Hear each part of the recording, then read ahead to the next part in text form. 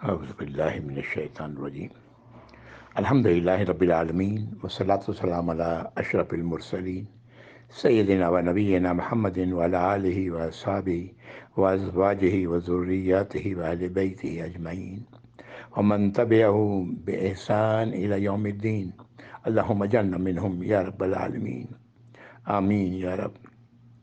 اعوذ باللہ من الشیطان الرجیم رب اشرح لی صدری ویسر لی امری واحلل عقدۃ من لسانی یفقہوا قولی آمین یا رب العالمین۔ السلام علیکم ورحمۃ اللہ وبرکاتہ۔ سورۃ الکہف آیت نمبر 26 تک ہم لوگ آئے تھے۔ اللہ تعالیٰ فرما رہے ہیں کہ آیت نمبر 26 میں کہ آپ فرما دیں اللہ ہی علم رکھتے ہیں وہ لوگ کتنا عرصہ رہے غار میں۔ یہ لوگ جو کہہ رہے ہیں ان کو کہنے دیں، ان سے پوچھنے کی ضرورت بھی نہیں، اس کا علم اللہ ہی کے پاس ہے۔ غیب کی تمام باتیں آسمان اور زمین کی وہ اللہ ہی جانتے ہیں، اسی غیب کا تمام علم اللہ ہی کے پاس ہے۔ وہ سب سے زیادہ دیکھنے والے ہیں اور سب سے زیادہ سننے والے ہیں، اور تمہارے لیے اللہ کے سوا کوئی اور ولی نہیں۔ اور اللہ تعالیٰ اپنے حکم میں، اپنے فیصلے میں کسی کو بھی شریک نہیں کرتے۔ اللہ کا فیصلہ اکیلا اللہ کا ہوتا ہے، اللہ کا حکم اکیلا اللہ کا ہوتا ہے۔ یہ وہ شرک کی جو جڑ ہے وہ یہاں اللہ نے کاٹ دی کہ اللہ کے ساتھ کوئی بھی شریک نہیں، وہ اکیلا ہے۔ الحمدللہ۔ آیت نمبر 27 سے لے کر آیت نمبر 31 تک جو آیات ہیں، ظاہر ہے اولین مخاطب تو اللہ کے نبی صلی اللہ علیہ وسلم ہیں، لیکن آپ کے توسط سے یہ باتیں امت کو اور نوع انسانی کو بتائی گئیں، ہے نا۔ اور یہ پھر وہ کچھ ہدایات ہیں، کچھ ایسی چیزیں ہیں جو غور طلب ہیں، جو ہم سب کو غور کرنا چاہیے، جو ہدایت کی باتیں ہیں انہیں لینا چاہیے۔ جیسے پیچھے ہم لوگ دیکھ چکے کہ درمیان میں ہدایت کی بات آئی، اور وہ یہ تھا کہ کبھی بھی مت کہو کہ میں کوئی کام کل کر دوں گا یا پرسوں کر دوں گا۔ ساتھ ہی اللہ یہ بھی کہو کہ اگر اللہ نے چاہا ہے نا، انشاءاللہ، ہے نا۔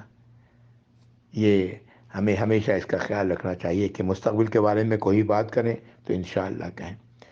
الحمدللہ ہم نے ایسے لوگوں کو بھی دیکھا ہے جو انشاءاللہ لوگوں کو دھوکہ دینے کے لیے کہتے ہیں۔ انہوں نے کرنا نہیں، وعدہ کرتے ہیں اور کہتے ہیں انشاءاللہ، اور جب کام نہیں ہوا تو کہتے ہیں اللہ کی مرضی نہیں تھی۔ یہ قرآن کا سے مذاق بنانا، قرآن کا مذاق بنانا ہے۔ اللہ تعالیٰ محفوظ رکھے اس سے ہم سب کو۔ آیت نمبر 27 اعوذ باللہ من الشیطان الرجیم وَاتْلُو مَا أُوحِيَ إِلَيْكَ مِنَ الْكِتَابِ رَبِّكَ۔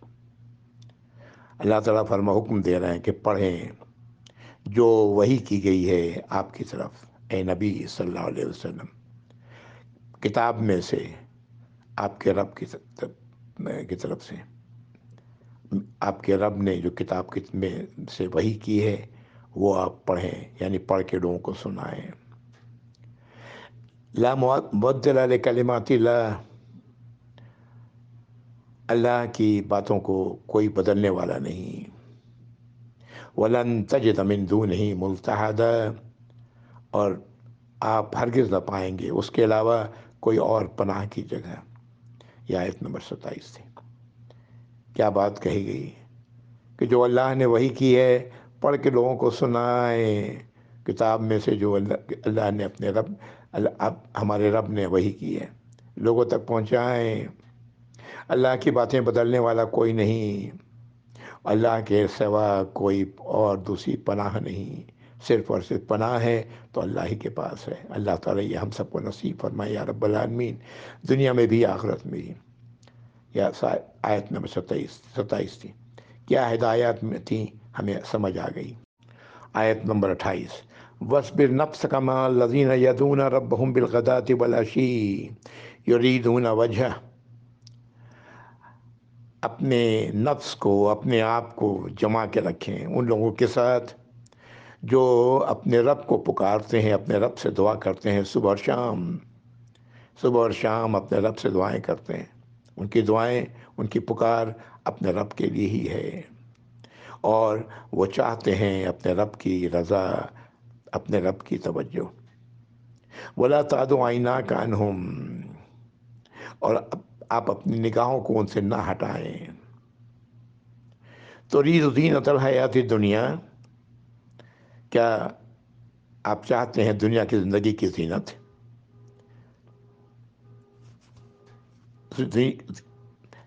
دنیا کی زندگی کی زینت چاہتے ہیں؟ وَلَا تُطِعْ مَنْ أَغْفَلْنَا قَلْبَهُ عَنْ ذِكْرِنَا، اور مت اطاعت کرنا، مت بات ماننا، مت سنیے گا ان کی بات جس کے دلوں کو اللہ نے غفلت میں ڈال دیا ہے، ان کی باتوں کو نہ سننا، جن کے دلوں کو اللہ نے غافل کر دیا ہے۔ کس چیز سے؟ عن ذکرنا، ہماری یاد سے۔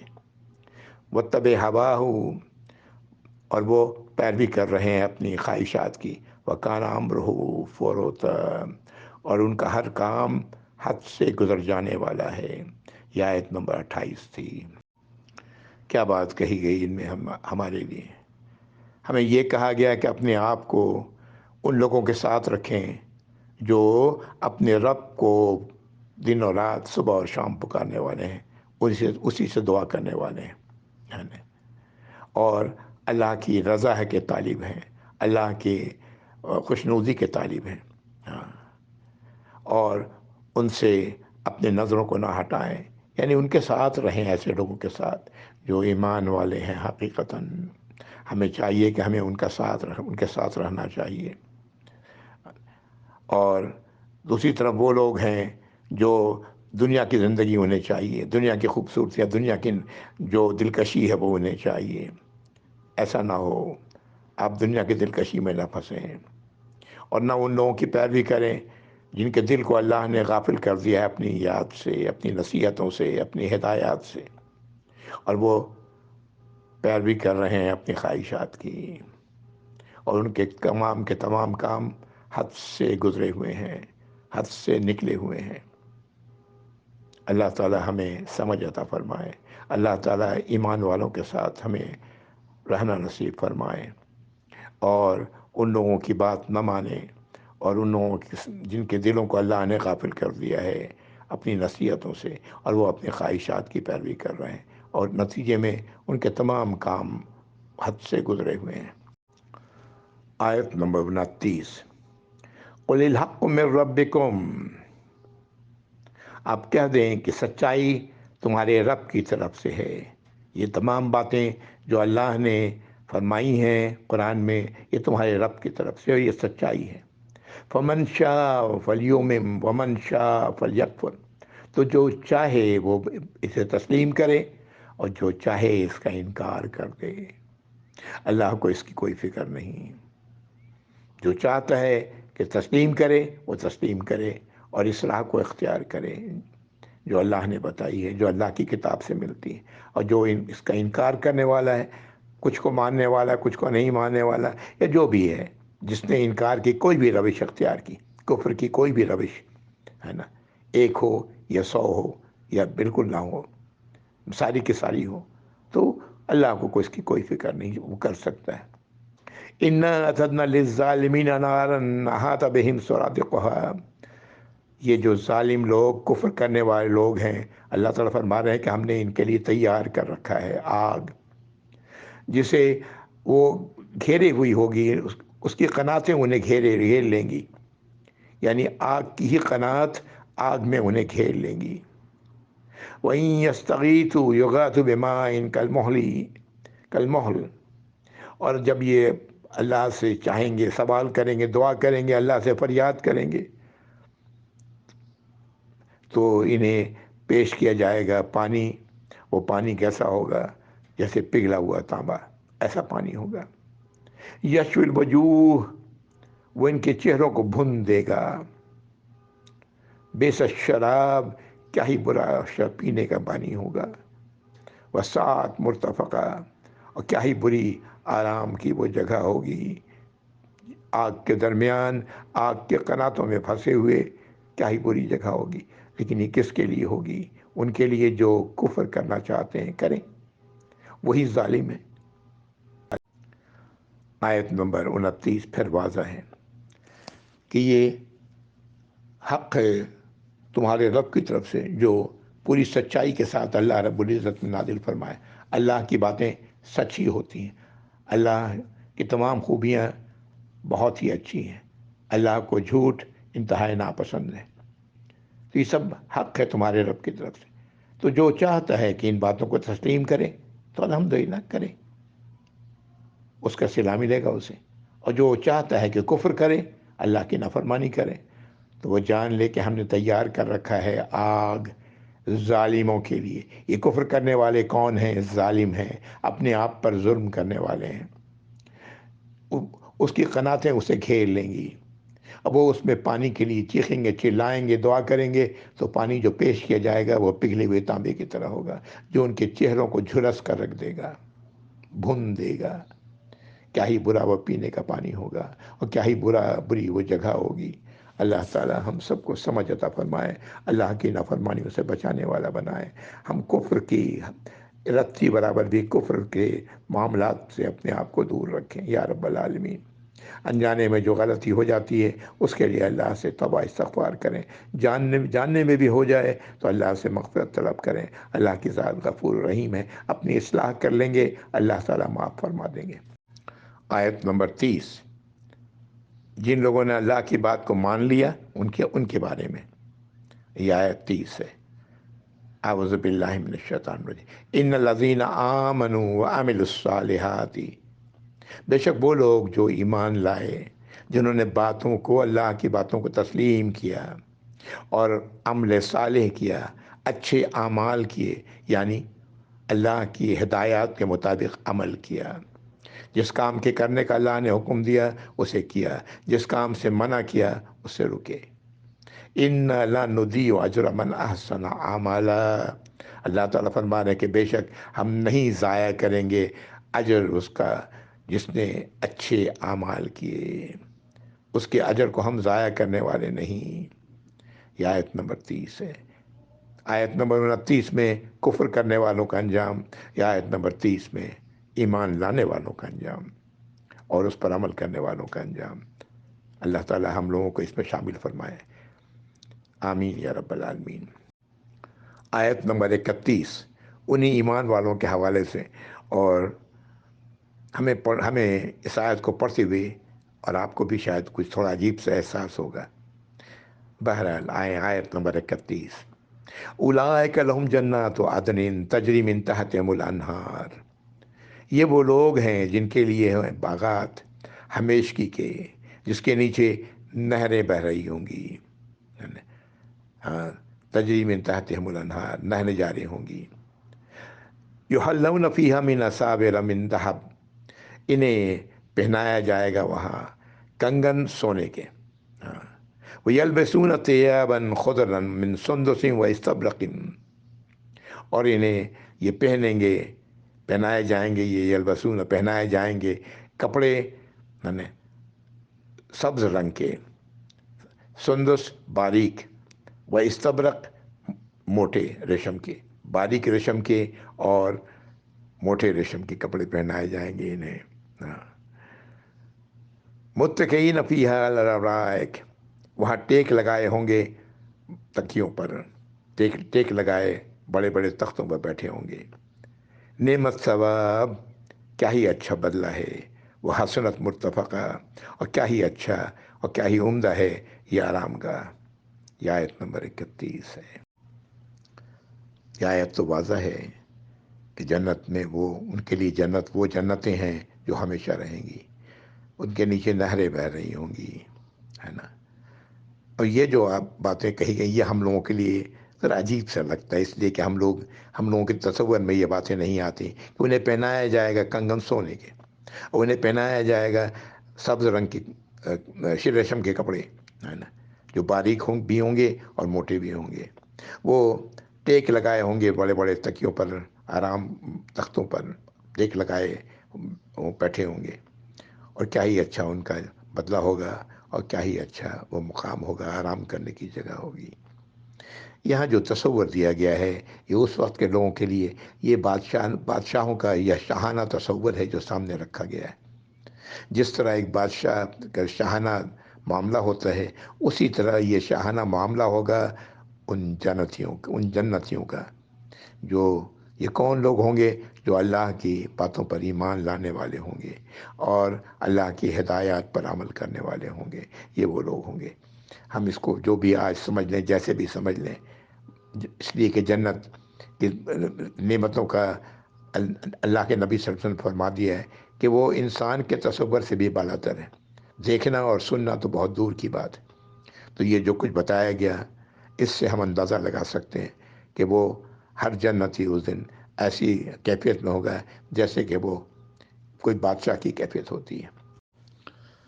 آگے آیت نمبر 32 سے لے کے 44 آیت نمبر 44 تک یہ وہ دوسرا واقعہ آ رہا ہے جو مثال کی شکل میں اللہ تعالیٰ بیان کر رہے ہیں۔ دو ایسے اشخاص کی بات، جو ایک ان میں ایمان والا ہے، دوسرا بھی ایمان والا ہے، لیکن کیا ہے، ہم دیکھتے ہیں تو پتہ لگے گا۔ وہ بھی اللہ کو تسلیم کرنے والا ہے، دوسرا بھی۔ اعوذ باللہ من الشیطان الرجیم۔ وَاضْرِبْ لَهُم مَّثَلًا رَجُلَيْنِ جَعَلْنَا لِأَحَدٍ مِّنْهُمَا جَنَّتَيْنِ مِنْ أَعْنَابٍ وَحَفَفْنَاهُمْ بِنَخْلٍ وَجَعَلْنَا بَيْنَهُمَا زَرْعًا۔ آیت نمبر 32۔ مثال دیں لوگوں کو، ان لوگوں کو مثال دیں ان دو لوگوں کے بارے میں جن میں سے ایک کے لیے ہم نے دو باغات بنائے تھے انگور کے، اسے گھیر رکھا تھا کھجوروں کے درختوں سے، اور اس کے درمیان، ان باغات میں درمیان میں کھیتیاں تھیں۔ یعنی ایک کھجور کے باغات ہیں، ان کو انگور کے باغات ہیں، ان کو کھجور کے درختوں نے گھیرا ہوا ہے۔ دو ایسے باغات ہیں، اور ان میں جو اندر کی زمین ہے اس میں زراعت کا اگانے، دوسری چیزیں اگنے والی وہ اندر ہیں ان باغات کے درمیان۔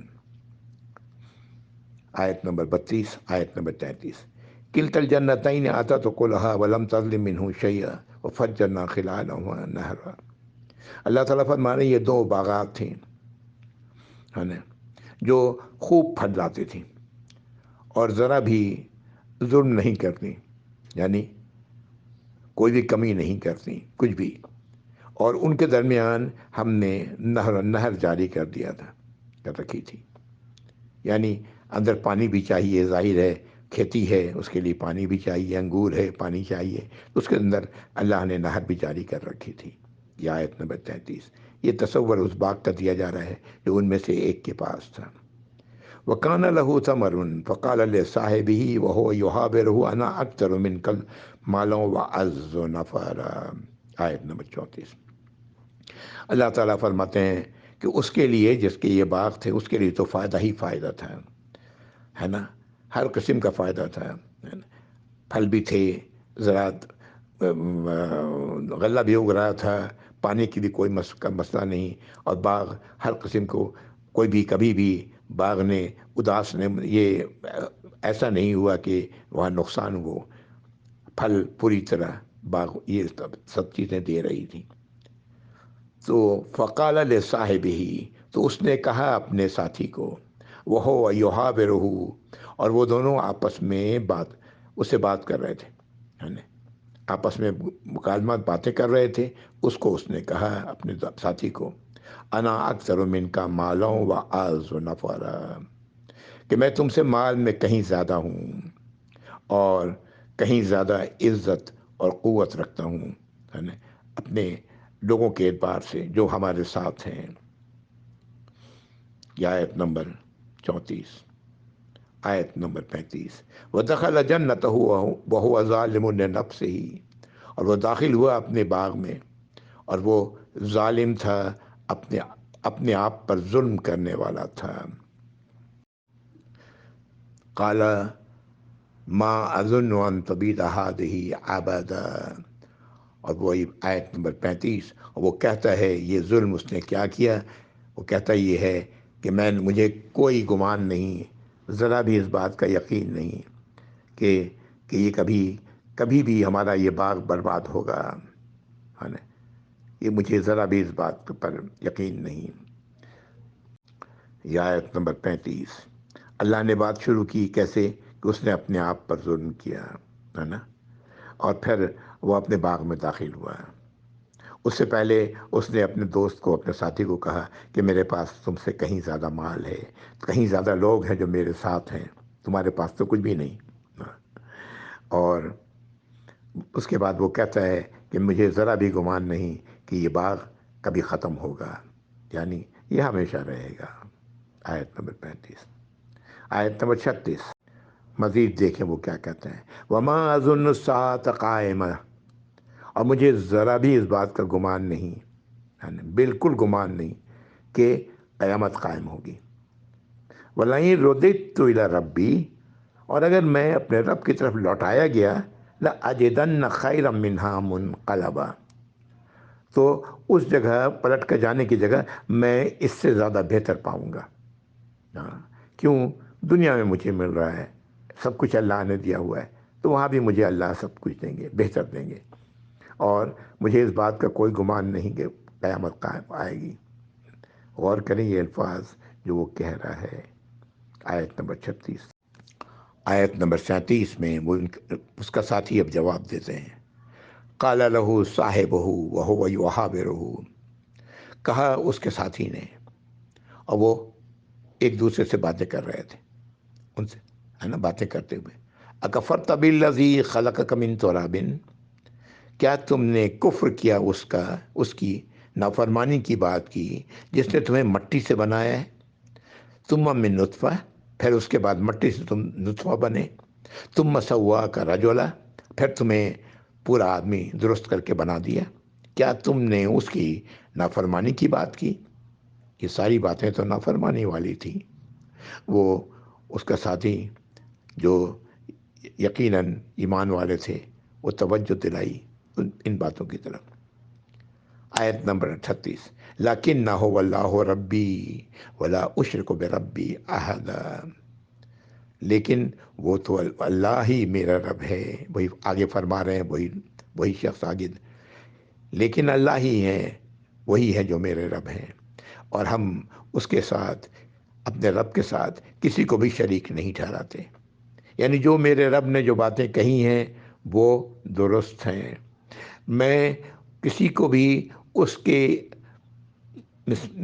محاورتاً ایک بات کہی جاتی ہے کہ کسی کی جوتی میں پیر رکھنا، ہاں، یعنی اسی مقام پر اپنے آپ کو تصور کرنا، تو اللہ کے مقام پر میں کسی اور کو تصور نہیں کرتا۔ یہ جو باتیں تم نے کہی ہیں یہ کفر تھیں، یہ شرک کی باتیں تھیں۔ آگے آیت نمبر 39، وہی ساتھی ان کے کہہ رہے ہیں، لولا اذ دخلت جنتک قلت ما شاء اللہ، کیوں نہیں جب تم داخل ہوئے اپنے باغ میں تو کیوں نہیں کہا کہ جو اللہ چاہیں، لا قوت الا باللہ، کوئی قوت نہیں مگر صرف اور صرف اللہ ہی کی، یہ کیوں نہیں کہا، ان ترنی انا اقل منک مالا و ولدا، اگر تم دیکھتے ہو مجھے کہ میں تم سے مال میں اور اولاد میں بہت کم ہوں۔ یہاں پر وہ بات ہدایت دے دی گئی، ہاں، کہ اللہ کے ساتھ کسی کو شریک نہیں ٹھہرانا، اپنی حیثیت پر غور کرنا کہ مٹی، اور مٹی سے نطفہ، اور نطفہ سے انسان کا بننا، ہمارا اپنا بننا، کیا حیثیت ہے ہماری۔ ہاں، آیت نمبر 37 میں، آیت نمبر 38 میں فرمایا کہ میں اپنے رب کے ساتھ کسی کو بھی شریک نہیں ٹھہراتا۔ آیت نمبر 39 میں کہ تم نے کیوں نہیں کہا جب باغ میں داخل ہوئے، ماشاء اللہ لا قوت الا باللہ، یہ ہمیشہ کہنا چاہیے، اس کی عادت ڈالنی چاہیے، نظر نہیں لگتی اس سے، کسی چیز، اچھی چیز کو دیکھ کر کہنا چاہیے کہ ماشاء اللہ، جو اللہ چاہے، لا قوت الا باللہ، کوئی طاقت نہیں مگر صرف اور صرف اللہ ہی کی۔ اور پھر آگے وہ کہتے ہیں کہ اگر تم ہمیں دیکھتے ہو، مجھے دیکھتے ہو کہ میں تم سے بہت کم ہوں، مال میں بھی اور اولاد میں بھی۔ آیت نمبر 39 تھی۔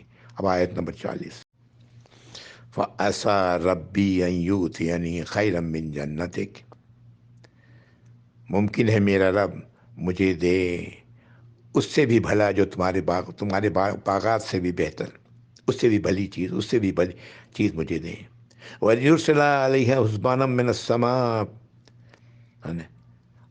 اور تمہارے باغ کے اوپر بھیج دیں ایک تیز اور تند آسمانی بلا عذاب، یرسل علیہ حسبانا من السماء، آسمان سے عذاب بھیج دیں، وتصبح سعیدا زلقا، تو یہ ہو جائے بالکل چٹیل ایسا میدان، کچھ بھی نہ رہے یہاں پر۔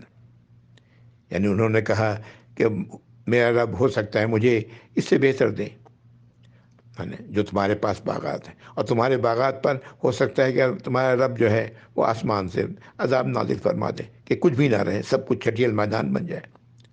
اور یصبح ماؤها غورا فلن تستطیع له طلبا، آیت نمبر 41، یا وہ پانی کو زمین کے نیچے کر دیں کہ تم حاصل کرنے کی استطاعت ہی نہ رکھو، طلب کرنے کی، لانے کی تمہارے پاس کوئی استطاعت نہ ہو۔ یہ پانی جو نہر کی شکل میں بہہ رہا ہے، اگر یہ پانی زمین کے اندر چلا گیا تو کس طرح لاؤ گے؟ آج تو ٹیوب ویل وغیرہ ہیں، اس زمانے میں تو کچھ بھی نہیں ہوتا تھا، اور آج ٹیوب ویل میں بھی آپ کہاں تک جا سکتے ہیں؟ آج ایسی جگہیں بھی ہیں جہاں پر ٹیوب ویل سے پانی نکالنا ممکن نہیں رہا، پانی نیچے جاتا رہا۔ ایسی بہت ساری جگہیں ہیں، آپ اٹھا کے دیکھیں، خود سعودی عرب میں ایسا کہ انہوں نے خوب دبا کی، انہوں نے کھیتیاں کی پانی نکال کر زمین سے، اور پانی نیچے جاتا رہا یہاں تک کہ ان کو کھیتیوں کو بند کرنا پڑا، اور اب یہ باہر سے وہ جو فصل اگایا کرتے تھے گندم کی، اب یہ باہر سے امپورٹ کر رہے ہیں۔ تو اللہ تعالیٰ فرما رہے ہیں، وہ شخص وہ فرماتا ہے، وہ کہتا ہے کہ کیا پتہ، ہو سکتا ہے کہ اللہ تعالیٰ پانی کو ہی تمہارے نیچے کر دیں، اتنا گہرا کر دیں کہ تم اسے حاصل نہ کر سکو۔ نبی کریم صلی اللہ علیہ وسلم نے ایک موقع پر فرمایا کہ لا حول ولا قوت الا باللہ، لا حول ولا قوت الا باللہ العلی العظیم، یہ جنت کا ایک خزانہ ہے نا؟ تو یہ چاہیے ہمیں کہ پڑھیں لا حول ولا قوت الا باللہ العلی العظیم، نہیں ہے کوئی قوت ہمارے چاروں طرف مگر اللہ کی، جو العلی ہے، سب سے بلند ہے اور عظیم ہے۔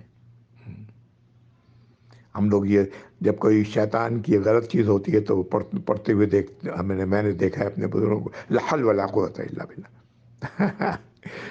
افسوس ان کو علم نہیں تھا، یہ تو جنت کا ایک خزانوں میں سے خزانہ ہے، یہ پڑھتے رہنا چاہیے، اور یہ اس کا پڑھنا شیطان سے حفاظت کا بھی ذریعہ بنتا ہے، نظر سے بچانے کا بھی ذریعہ بنتا ہے، برائیوں کو روکنے کا بھی ذریعہ بنتا ہے۔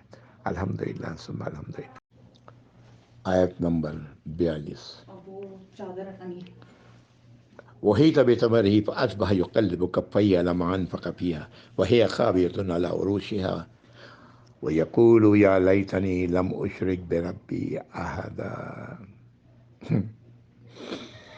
یہ بات ہو ہی رہی ہے، اور پھر وہی ہوا کہ اس کی سارے جو پھلوں کا جو پورا انتظام اللہ نے کیا ہوا تھا، وہ سارے کے سارے گھیر لیے گئے، اور وہ اصبح یقلب کفیہ علی ما انفق فیہا، وہ اپنے ہاتھوں کو اپنے ملتا ہی رہ گیا، اپنے ہتھیلیوں کو ملتا ہی رہ گیا کہ جو کچھ اس نے خرچ کیا تھا وہ سب گیا۔ وہی خاویۃ علی عروشہا، اور یہ پورا کا پورا باغ جو ہے اپنے ان ڈڈیوں پر، عام طور سے کھجور کے لیے آپ جانتے ہیں کہ وہ لگایا جاتا ہے، خاص طور سے مچان جیسا بنایا جاتا ہے، وہ سب اسی پر گرا ہوا تھا، یعنی سارا کچھ تباہ ہو گیا۔ وَيَقُولُ يَا لَيْتَنِي لَمْ أُشْرِكْ بِرَبِّي أَحَدًا، اور وہ اس نے کہا ہائے میری بد نصیبی، ہائے میری خرابی، ہم نے نہ اپنے رب کے ساتھ کسی کو شریک نہ ٹھہرایا ہوتا۔ اس نے کس کو شریک ٹھہرایا تھا؟ اپنی سوچ کو، اپنی سوچ کو، اپنے آپ کو۔ اللہ نے تو فرمایا ہے کہ آخرت ہے، دوبارہ زندہ کیے جاؤ گے، دنیا میں جو کچھ کیا ہے اس کا حساب کتاب ہوگا۔ وہ کہتا ہے کچھ نہیں ہوگا، یہاں ہمیں دیا ہے تو وہاں بھی ملے گا، اور یہ کوئی قیامت نہیں آنے والی، یہ ہمیشہ باغ میرا رہے گا، تو یہ سب کچھ ہاتھ ملتا رہ گیا۔ یہ آیت نمبر 42 تھی۔ وَلَمْ تَكُنْ لَهُ فِئَةٌ يَنْصُرُونَهُ مِنْ دُونِ اللَّهِ وَمَا كَانَ مُنْتَصِرًا، یہ آیت نمبر 43۔ اور کوئی نہ ہوا اس کی جماعت میں سے جو اس کی مدد کرے اللہ کے سوا، اور نہ وہ خود اپنی مدد کر سکا، یعنی وہ خود نہ اپنے باغ کو بچا سکا، نہ اس کی جماعت نے اس کی بات اس نے کی تھی کہ میرے ساتھ بہت سارے لوگ ہیں، وہ اس کی مدد کر سکے اور اس باغ کو بچا سکے۔ آیت نمبر 44۔ ہنالک الولایۃ للہ الحق، یہی وہ اختیار ہے جو اللہ کا، وہ سچا ہے، وہ ثابت ہو گیا۔ ہوا خیر ثوابا و خیر عقبا، وہی ہے جو سب سے بھلا ہے بدلہ دینے میں اور انجام کے اعتبار سے بھلا ہے۔ وہ کون ہے؟ اللہ ہے۔ یہ آیت نمبر 44۔ اور یہیں پر یہ واقعہ ختم ہوتا ہے، یہ مثال ختم ہوتی ہے ان دو شخصوں کی، دونوں اللہ پر ایمان رکھنے والے ہیں، لیکن ایک کا تصور کچھ اور ہے اور ایک کا تصور درست ہے، اور پھر وہی ہوا انجام جو ایسے لوگوں کا ہوتا ہے، کفر کرنے والوں کا، وہی انجام ہوا۔